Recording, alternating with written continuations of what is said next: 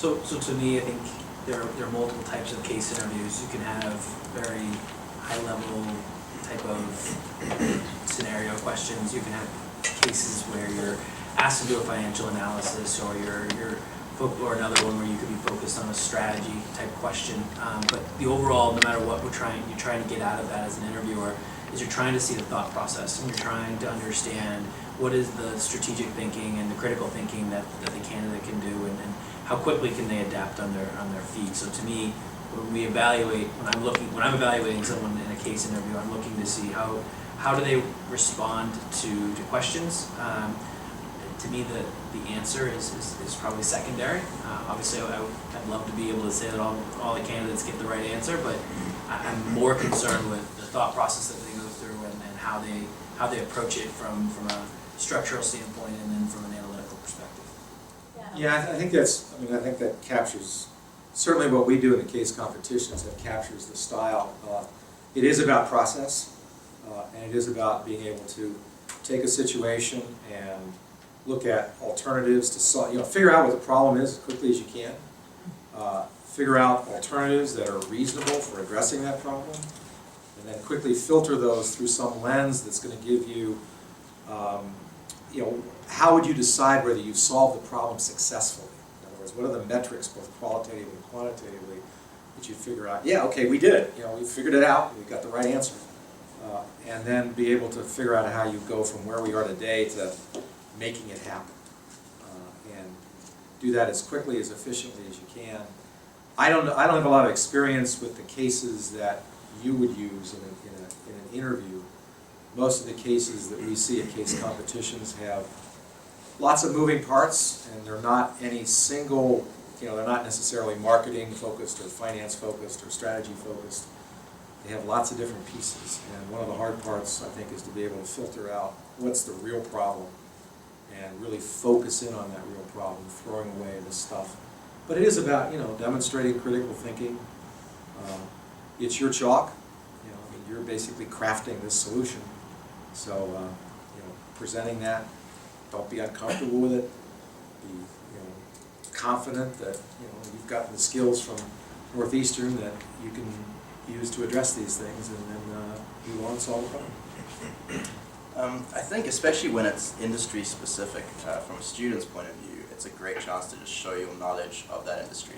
Show them that you understand the change drivers, those 3 or 4 big factors that are really forcing change in the industry, and then, just to reiterate what's already been said, really show your analytical skills and how you handle what is quite a high pressure situation. You're going to be nervous, it's a big job interview, and you've got to really control all that and put together a decent solution, but more importantly, show the person interviewing you that you approach problems the right way. You know how to break them down. You know how to analyze all the different parts and come up with a solution that makes sense and has highlighted your knowledge and your analytical skills.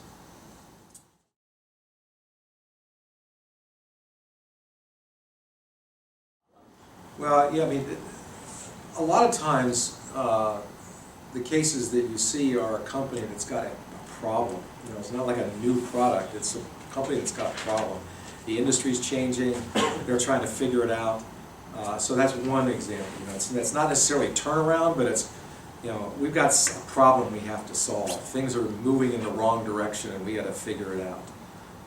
That's one class. Another class is opportunities. Some cases involve mergers and acquisitions. Some cases involve moving in a new direction, taking advantage, trying to change the market through M&A, through merger and acquisition kinds of things. Some of them will be strategy cases, some of them could be marketing focused, some of them could be finance focused. And Chris would probably be more appropriate to answer the question about how broad or narrow are the types of examples you see in a case interview. The things that I see in competitions are something that if you've got a 20 or a 30-minute interview, you couldn't do because the case is just too big. It's just got too much stuff going on.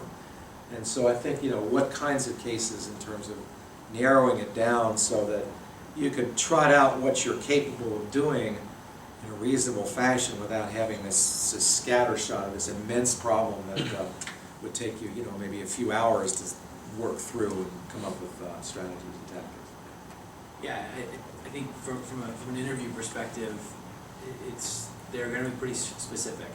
So you're not going to tend to get the the high level, very very complex type cases that you would find in a competition. Just to reiterate, when you've got 30 minutes, you're not going to be asked to solve the world's problems. But when you are looking at something like a new market entry or a new product expansion or something like that, I mean, automatically the things I'd want to check off in my mind are, what does the industry look like? What do my competitors look like? What are the barriers to entry? What sort of capital investment am I needing to get into this and stay competitive in this new category or new industry? So again, just really testing your thought process, keeping it quite focused.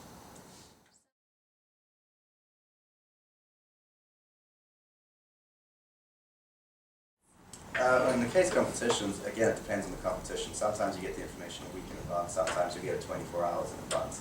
It just depends on the style of competition and what they're really trying to test. With the case interviews, I've had two so far. One, it was 30 minutes, the question was given to me and they sat opposite from me and just kind of watched me while I figured things out. And then I told them what I was thinking. The other one, the information was given to me, they left the room for 20 minutes. And I just sat there going about it. And they come back in and you then have to present your solution. And I think presenting your solution is where it gets really interesting, and you can do yourself a big favor just by presenting it in a logical and clear manner. I'm a big fan of diagrams, so I tend to draw my solutions out and hold them up while I'm talking. Again, it's showing them your thought process, which I think, like Chris said, is really what they're trying to test. But yeah, 30 minutes to 45 minutes. Yeah, they might sit there and stare at you and freak you out, or they might leave the room and come back. Yeah, I have a question for Chris. How interactive are these? You run these 45-minute things. You present the problem, do the students or the interviewees have a right to ask questions? Mm-hmm. So yeah, there is a dialogue. Yep. So you can tease more information out through conversation. So that's an interesting process as well. About if you start interrogating, if you're allowed to, if you're not just left in the room to your own devices, if you're allowed to ask questions, oftentimes that shows just how quick you can focus in on the problem.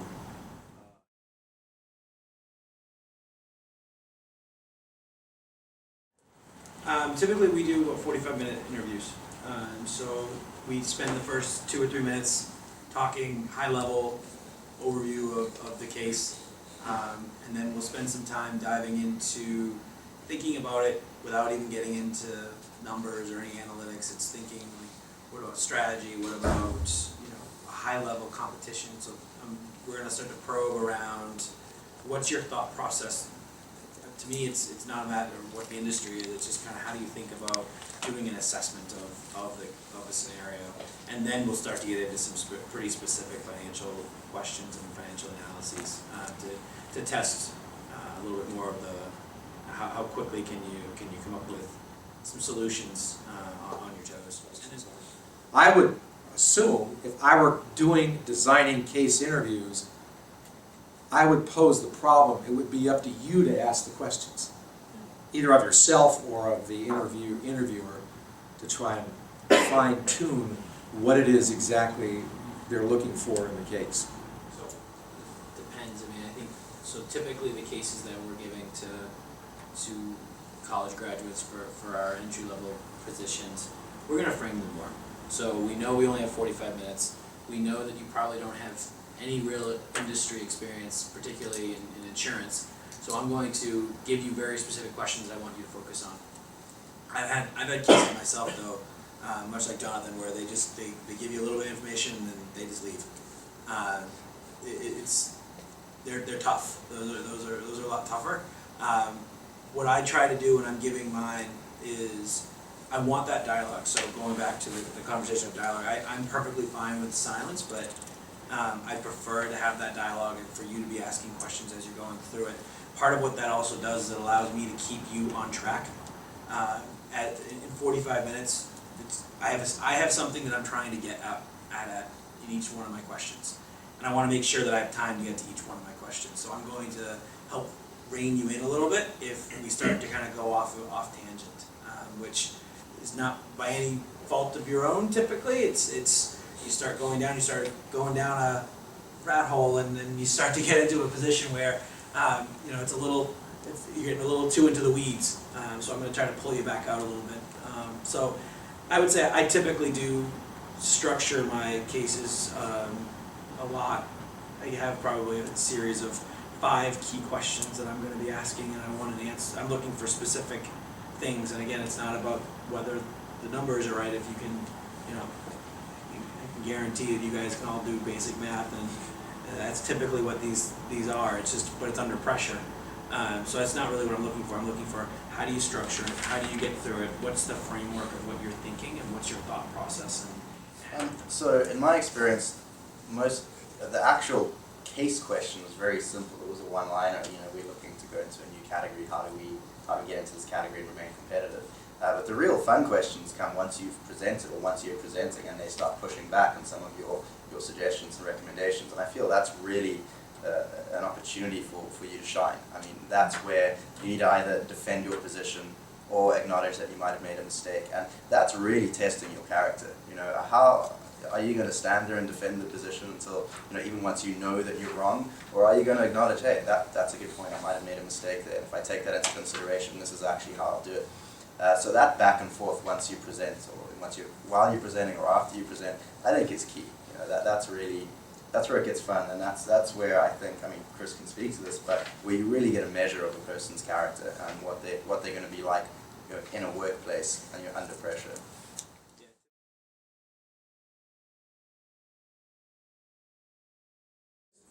That basically, again, it's about context. I go back to the case format is you're trying to figure out the solution to a problem. And to Chris's point, there may be 2 answers that will work, and he may have a preference for one or the other, and you have to work your way toward one of those answers. So one of the clarifying questions that I would try and ask if I'm unclear about what are going to be the metrics against which success or failure are going to be measured.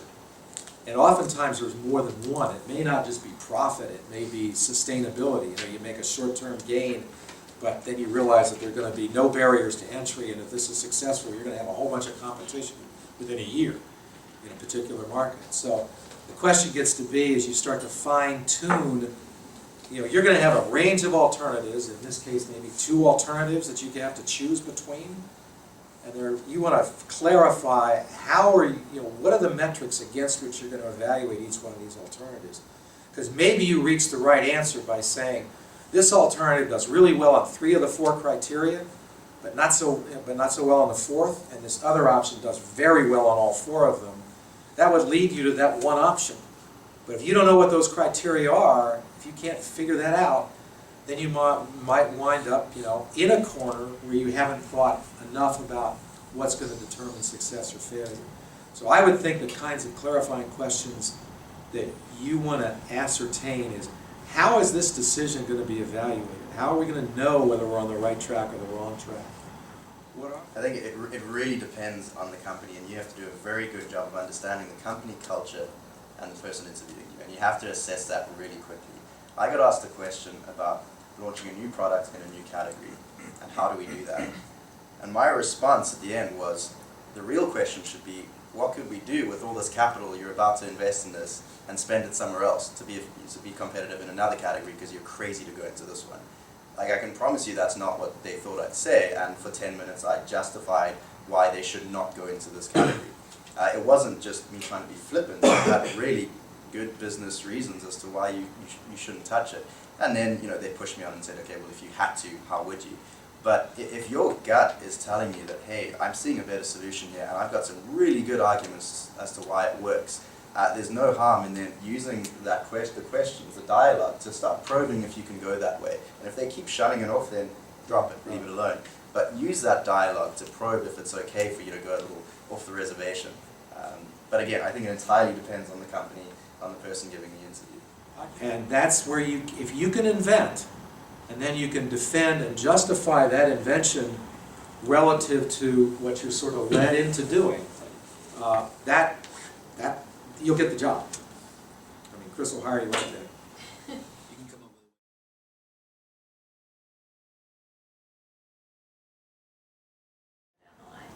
I will always let the candidate lead the conversation. I won't really either kind of take it in a different direction or pull you out of the weeds or start asking probing questions of my own until I see someone struggling. I'm going to defer. I'm going to give you the least amount of information that I can, and then make you pull it out of me. That's probably the easiest way I can explain it. Yeah, listening to that, that sort of gives you, one structure where, you're given some information, and those questions that you ask, it's up to you to pull that information out and to get it on the table. Whereas if you're just presented a problem and they leave the room, you're on your own. Yeah, I mean, I'll say the same. I mean, the moment you can take that initiative and start guiding a conversation and leading it, and it shows them you're comfortable, it shows them you're asking the right questions. And I think it honestly, from my point of view, it calmed me down. That the question asking really just settled me and got me comfortable in that room. So yeah, it's a good way to go.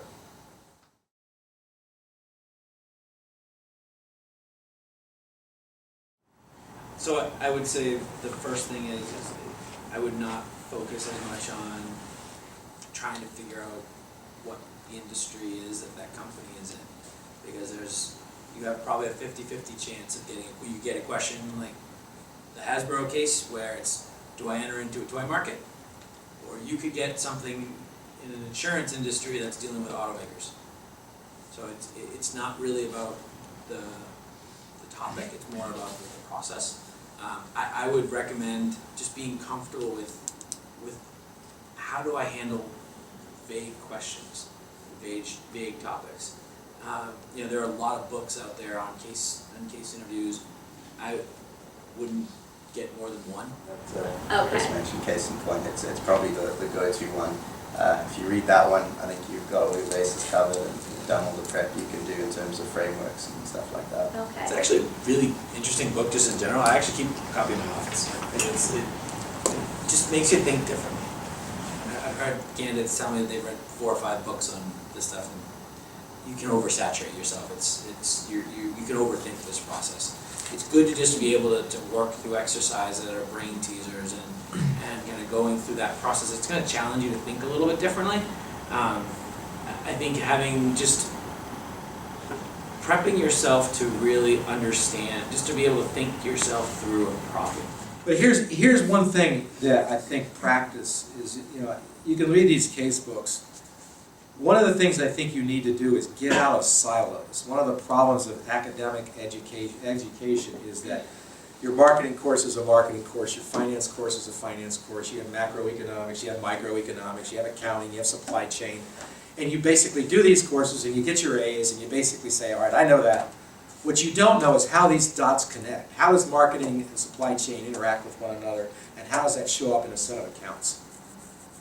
And I think one of the things that you need to do when you do any kind of case is get out of the silos of the case. If Chris is involved with marketing, he said we got, this is a $2 billion proposition here. So when they tweak their marketing plans, when they start to do new strategies and tactics in marketing their products and services, they're looking to have a change in that $2 billion or the profits derived off that $2 billion. And knowing how those pieces fit and how those dots connect is going to help you solve a problem in an organization. And so when you do your practice things, pick up the Wall Street Journal and look at a company that's struggling with something or that's venturing off in a new direction or is doing something new and cool, and start to figure out all the moving parts of that business that came together to reach that conclusion and that decision, and how you would evaluate the success or failure of that decision, after a year or two once it's in place. And I think one of the things that we encourage when we look at our teams is get out of that marketing box. Because if you're pitching a new marketing plan to a board of directors, the CFO of that company is going to be sitting there and they're going to ask you what the internal rate of return on that investment is, competing with other allocations of major capital inside that firm. And if you've got no idea what the internal rate of return is, you're going to fall flat on your face. So you have to be real holistic about approaching a case and recognizing that it's a business problem. It's not a marketing problem, it's not a finance problem, it's not a supply chain problem, it's a business problem. And all the parts of that organization have to work together to solve them. In terms of frameworks, I mean, I read one of the case interview books, and to be perfectly honest, it confused me more than it helped me. I was confident in what I'd been taught. You know, I'd been taught to ask the right questions, and that was what it was important to me. Is when I did a couple practice case interviews, I would just automatically write down a list of questions, and then I'd look at them and be like, you know, which are the priorities, which ones are linked, and just asking the right questions goes a long way to really helping you, get through the case.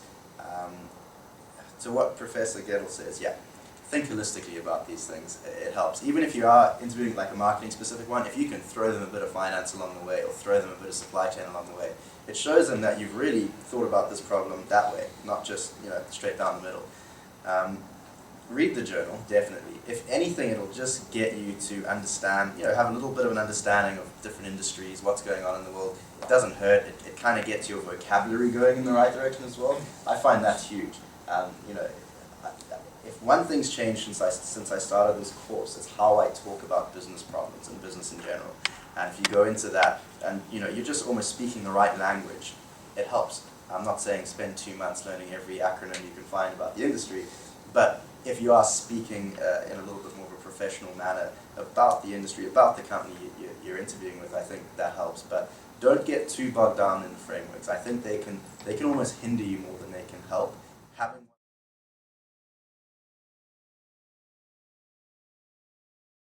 I've had crying, I've had just complete meltdowns. It's panic. Panic sets in when you sit there, because one of the things that you have to think about is, just because I got something quote unquote wrong doesn't mean you're not going to get the job. And that's the first thing that happens.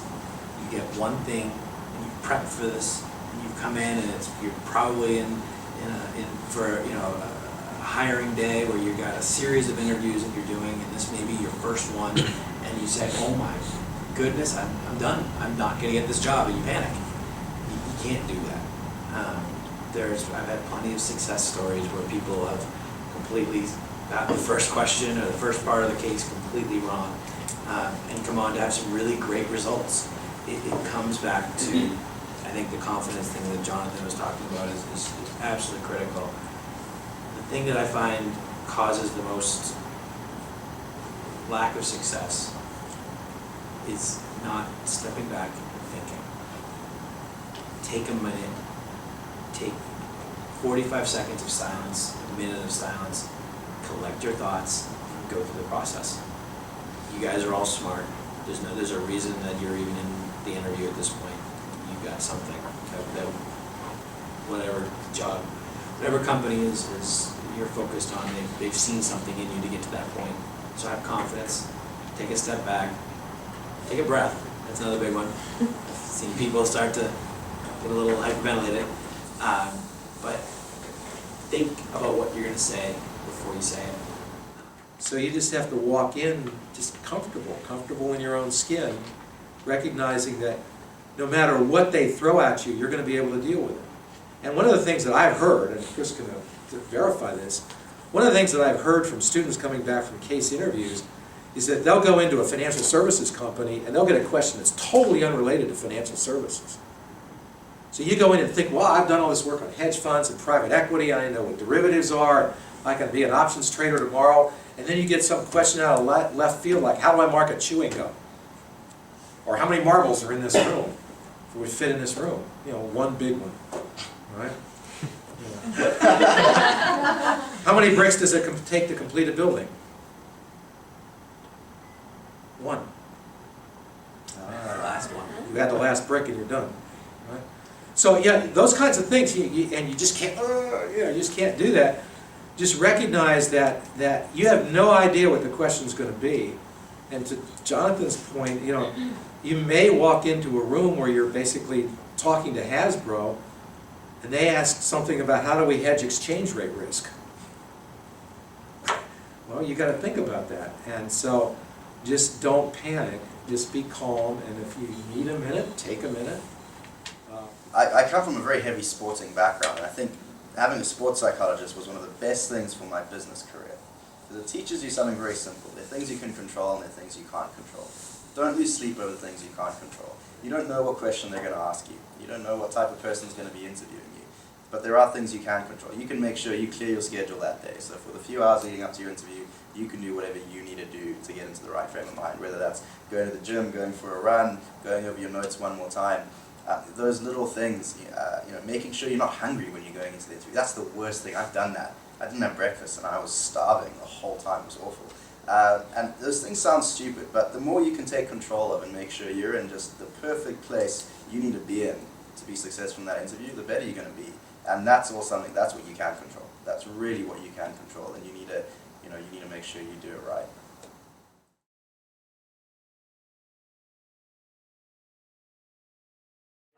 Be ready to not use a calculator. I think that has spooked. I know that I will not allow a calculator in my case study, and that has spooked several candidates. It's not a matter of I'm trying to give you a math test. I just don't want you. I want you to be a little uncomfortable.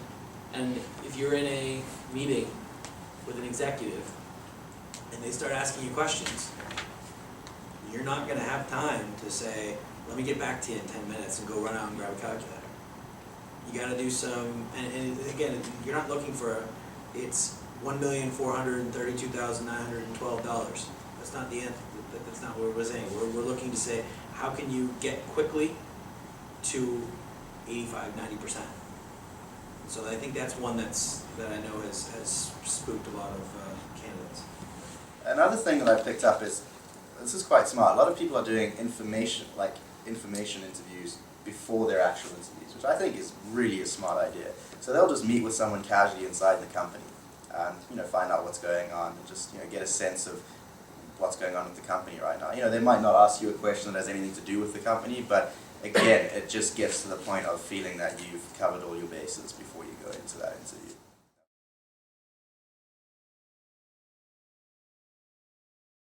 Accurate with the math. Accurate. Far more concerned with taking 30 more seconds and thinking and making sure you got it right, double checking it. Because the first thing I'm going to look at is, does that make sense? Is math calculation can be anything, but if I'm asking for a profit margin and your profit margin is over 100%, first question I'm obviously, you sure about that? Does that make sense? So think about it. I'm far more concerned with that than rushing through the case.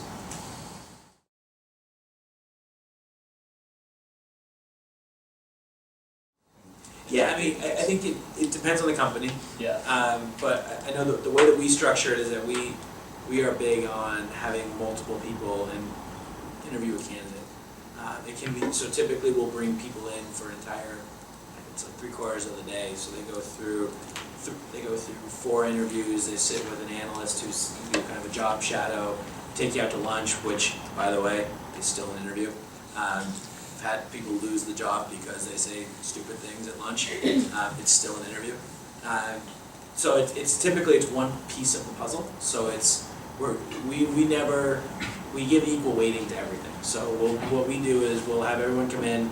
Typically starts at 8, goes till 3, and then at 3, everyone who was involved in the discussion in the interviews or went to lunch, we get back together and we talk about every candidate, and everything is given equal weight, including lunch. Reiterating that. But so yeah, you're looking at it from, we're going to look at your behavioral interviews. You're probably going to have 2 or 3 behavioral interviews. You'll have a case study, because you're going to get different things out of each of them. You're going to have questions coming from different lenses.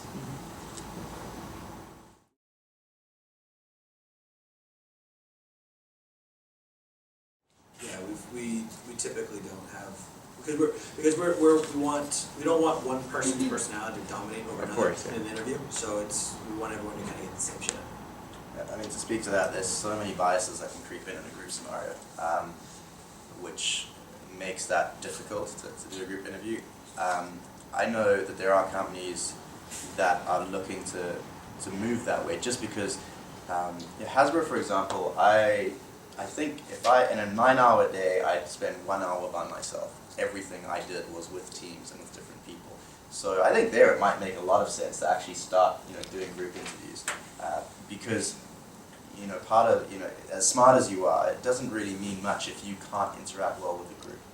I really mean that. I mean, group, playing well with others is a key to success, I think, in any business. So I've heard of a couple companies moving towards group interviews. I think either way, the goal is still the same: show them your thought process, but also make sure you give the floor to other people. All those team dynamics. I think it adds a very interesting human dynamic to things.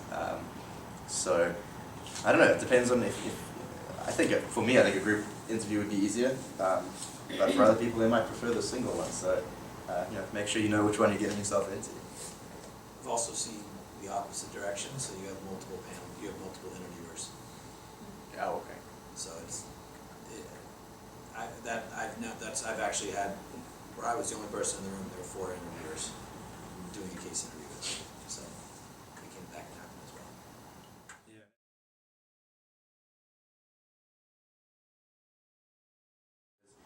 I just recently gave a presentation. There were 10 of us, and while technically it wasn't a case interview, everyone knew the question that had been asked, and you had senior management sitting in the front row. Now, if you're naive enough to think that that doesn't matter and that's not really an interview, I mean, you need to be careful, because we found out later that senior management then went and spoke to the program coordinator in charge of all the MBA interns and pretty much gave them their feedback of what they saw up there. And in a group dynamic like that, both from a presenting point of view and pretty much the judges, there's 5 or 6 of senior management sitting there. It's very important to figure out fast, like Dr. Kettle says, who's really the one you need to impress there. And that's not easy, but when watch their dynamic, watch how they interact. Who's joking around but then suddenly gets very serious when one person walks into the room and takes a seat. Who sits in the middle? Who's the one leading the questions? Who's the one that they're all looking for to get some sort of approval when they're asking questions and things like that. Those subtle nuances can be really important, and then you can slowly start to sort of move your responses to sort of really cater to that person. I doubt you'll be in a position straight off the bat where that happens, but you might be in a position where there's 4 or 5 people interviewing you, and it's very clear who is the person making the decisions. So those social skills of emotional intelligence, picking that up, that's pretty important. Well, even beyond that, if in the context of the case, you should find out who these people are, because it may well be that you can tease. You've got the product development person there, and you've got the marketing person, the sales person there, and you've got the finance person there, and it may well be that you want to tease information related to the problem that person's going to have particular expertise on. And that just means that you could quickly think about the problem and know, I got to go to the finance guy for this answer, and I got to go to the salesperson for this answer, and I got to go to the marketing person to get the whole big picture for that answer. So this is the in-the-trenches salesperson that actually has to implement what the boss of marketing is doing, and the boss of marketing has to interact with the finance person to make sure that it all works financially. So it may well be that you exploit the panel and pull information out of them that's relevant to being able to put your solution together.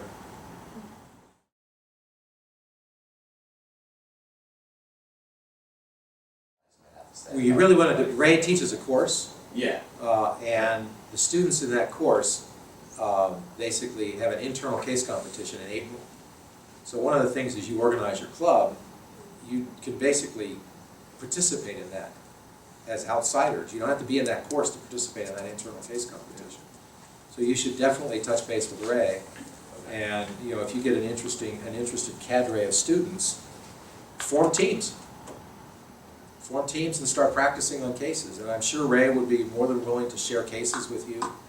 You can certainly come to my office, and teams can bounce ideas off, and you can set up practice rounds where you basically each present and criticize each other. So I would plug into that, because that happens in early April, right before exam week, where they have that internal case competition. And you do not have to be in that course, enrolled in that course, to have a team. Can anybody observe the April case competition? Absolutely, absolutely. Yeah, that's a publicly and to the extent that DMSB gets their act together, it's a publicly available opportunity to at least observe the finals. Which, I think one of the things you guys have on your campus that's a great resource is the folks, just like Jonathan, you've got a whole group of MBA students. Chances are, they've gone through these before in some sort of a role. They're a great knowledge source to tap into. You can find things out from them and kind of gain best practices from them and talk through that.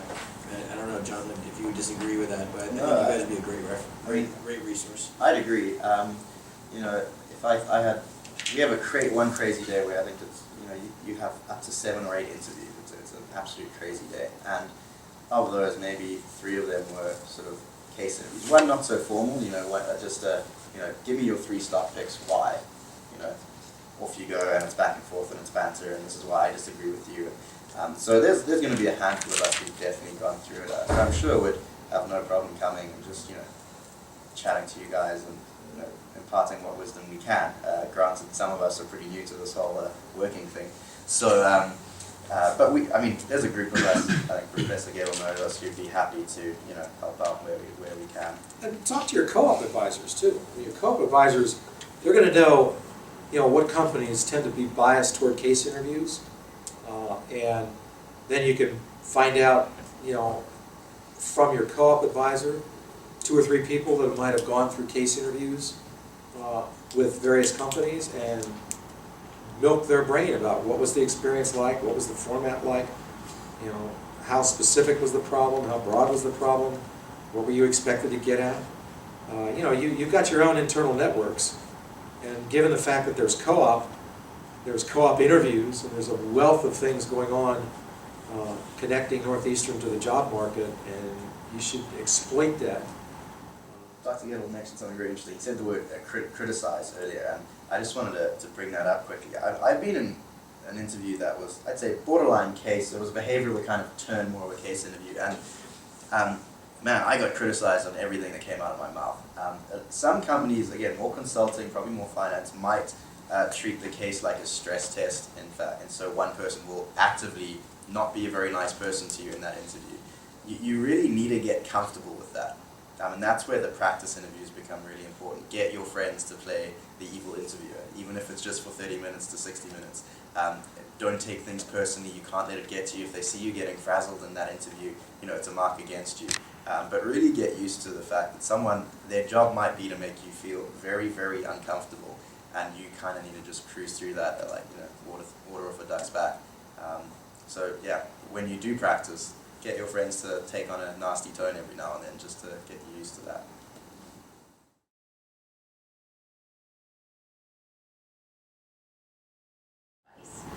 First, I think you guys are going out there into, you know, the real world. I think one of the things that you guys have that's to your advantage, I think Dr. Gale just mentioned it, is your co-op programs. You guys have an enormous leg up on a lot of people. I think Northeastern's program with the co-ops is just an absolute fantastic thing. I think have confidence, do your homework, be ready, be prepared for it, don't overdo it, be confident, and go in there and really stick to process. Stick to process, make sure you're going through your thought process the way you think critically, and executing it, and don't get hung up on little details. Work through it, and you guys will do fine. Yeah, my favorite professor said any question worth asking can be asked on one side of a 3x5 note card, and you can answer it on the other side. And the process is about how you get from one side to the other side. And then the thing that you add on in a business case is, okay, the process is how you analytically got from one side to the next side, and then you have to implement your recommendation. And those are the 4 pieces. You got the situation, you got the recommendation that falls out of a filtered lens where you've got some alternatives and you've got some performance metrics. You choose one alternative that's got the highest payoff. That gives you your recommendation. That's the other side of the 3x5 card. The process is how you got from that side, and then you have to implement it. And oftentimes, you know, that's also shows some thought process where you've figured out that we could do this, but it's very expensive to implement, and that needs to be part of your cost. Because that may well say, or it takes too long. You know, you've got a 4-year, you know, you've got a 1-year problem and you're solving it with a 4-year solution that takes too long to implement. So it's really about 4 things: situation, recommendations that fall out of the alternatives, payoff, really important, and how you implement. And everything can, and keep it simple. You know, as Chris says, don't get bogged down in the, you know, you don't want to get down in the weeds. My advice would be, so you guys all know Einstein. He had some pretty good advice about solving a problem, and I try to live by it. And it's, you know, he'd spend 55 minutes out of an hour refining the problem, and then 5 minutes solving the problem. Refining the problem often makes solving the problem a whole lot easier. So really, if you've got 30 minutes, spend a good amount of time really asking questions and refining that problem. Because you'll find that once it's clear in your head, it's very easy to execute, you know, on a solution. But if you sort of start chasing that solution too early, man, it just goes downhill from there. You're just chasing everything. But really push and refine that problem. It's going to make your lives a lot easier.